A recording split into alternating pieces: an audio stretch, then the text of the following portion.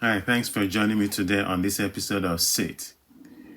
I'm going to talk today about the shocking truth about sugar, what they don't want you to know.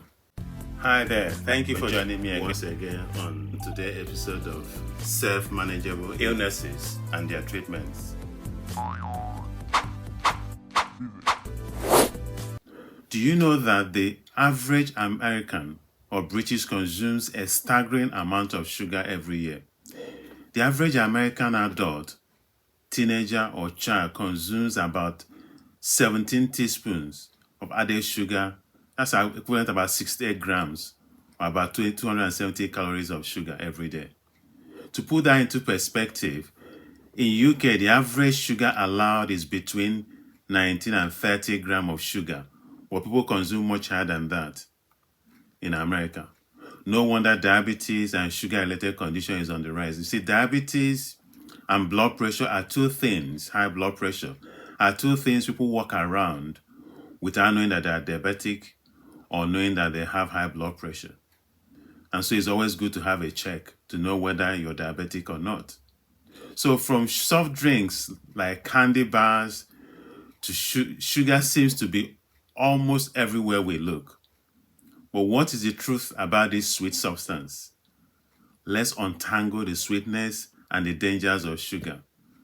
Now, sugar comes in many forms, such as glucose or fructose or sucrose. What's different between glucose and fructose? Glucose and fructose is what we call monosaccharide. In other words, they are the tiniest, minute, that's the last unit of sugar. While sucrose is what we call disaccharide.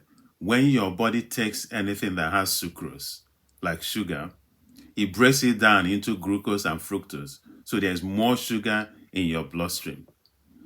Now, our body needs sugar for energy, obviously, but too much of it can be serious to health.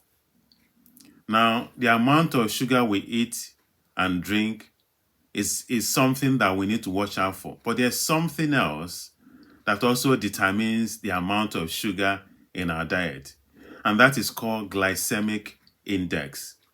Now, refined foods like cakes, white bread, biscuits have high level of sugar. And what is glycemic index, you might ask? Glycemic index is a measure of how quickly your body can convert certain food to sugar. So the higher the glycemic index, it means that your body will convert it to a high level of sugar in your system. So what kind of food have high glycemic index? So foods like white bread, even whole wheat bread, I'm sorry to tell you that, or white rice, or breakfast cereal bars, cakes, cookies, sweet treats, potatoes, fries, chips, rice crackers, fruits such as watermelon, pineapple, sweetened dairy products such as fruit yogurts. Those have high glycemic index. It means that when your body converts it quickly into loads of sugar that floods your system. So what are the best food, or what are the foods that have low glycemic index? The food that have low glycemic index are food like green vegetables, most fruits, not all fruits, raw carrots, kidney beans, chickpeas, lentils. Those have low glycemic index. So those are the ones that when your body breaks down, that haven't got much sugar in them, they are better for you. And what food have medium glycemic index?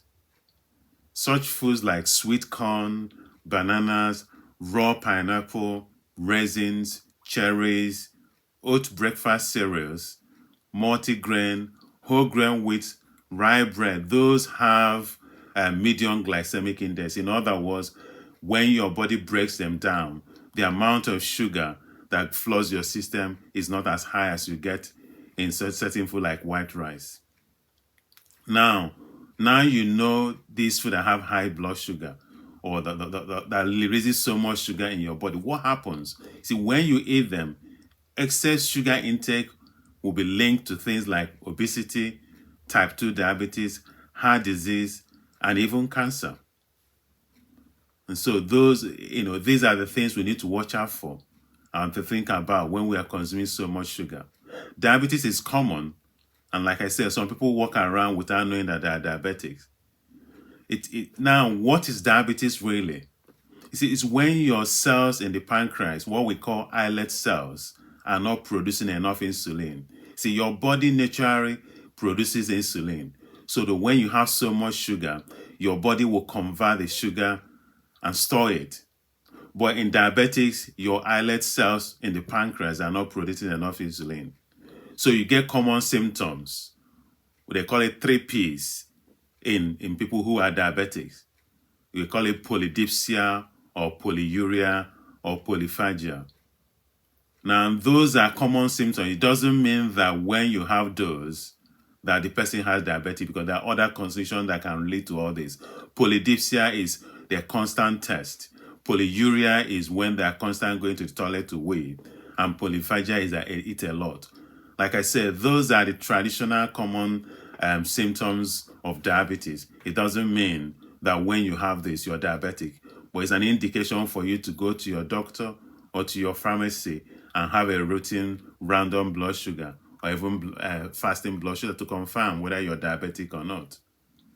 Now, how do you know that you're diabetic or you're approaching borderline diabetes? Now, the normal, when you go to have your blood sugar test done, the random blood sugar normally should be between 3.9 millimole, and 5.6 millimole, roughly around that. Or in some unit, they'll call it 70 milligram per deciliter or 100 milligram per deciliter. Any reading between those tends to be normal. Now, if your blood sugar is above 6 millimole, they might call you for a fasting just to be sure. Now, when a fasting blood sugar is done, it should not be more than 6.9 millimole per liter. So those are the things. And if it's between 5.6 and 6.9 after fasting, they might send you home and ask you to do some lifestyle changes, watch what you eat, and see whether lose some weight if you need to lose weight. And those are the things you can do. And maybe adjust your diet and lifestyle, check how much alcohol you drink. Those are the things that can help to cut down your blood sugar, in addition to managing how much sugar you take in. Now, like I said, this stuff is not just the obvious culprit like cookies or fizzy drinks or soda that are loaded with sugar. Many processed foods, such as cereals, some savory snacks, contain hidden sugar. So it's always good to keep an eye when you go to buy these things. Check the label. See, a lot of stuff that have loads of sugar in UK will have a red warning flashing on the label telling you that this has a high level of sugar. So those are the things to keep an eye on, because sometimes a lot of things that have so much sugar, we don't even know it.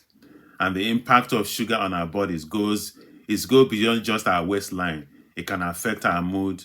It can also affect our energy level. Now, have you ever experienced that dreaded sugar rush after indulging a sugar treat? I mean, you must have seen children bouncing off the wall after consuming loads of sugar. Those are an indication of how how much sugar that are in those food or those drinks you have consumed or those children have consumed. And that's an indication also to know when to cut down or to cut out if that's possible. So now you know where these sugars are. You need to start cutting back on sugary beverages like soda or juices, opting for water or unsweetened alternative. Additionally, choose whole food over processed one, as they tend to contain less added sugar. Remember, moderation is key. I'm not telling you to stop eating cakes or biscuits. The question is, if your blood sugar is high, or if you're getting older, what do you do to cut down the amount of sugar that you're consuming? It's okay to enjoy a sugary treat now and then, but being aware of your overall sugar intake is crucial to maintain a healthy lifestyle. So I thank you for watching this shocking truth about sugar, what they don't want you to know about it. If you found this video informative, please don't forget to subscribe. Don't forget to click the notification button. And also don't forget to like and share so that people will realize that there's shocking truth about sugar, which nobody will want you to know. Thank you for watching, and goodbye for now.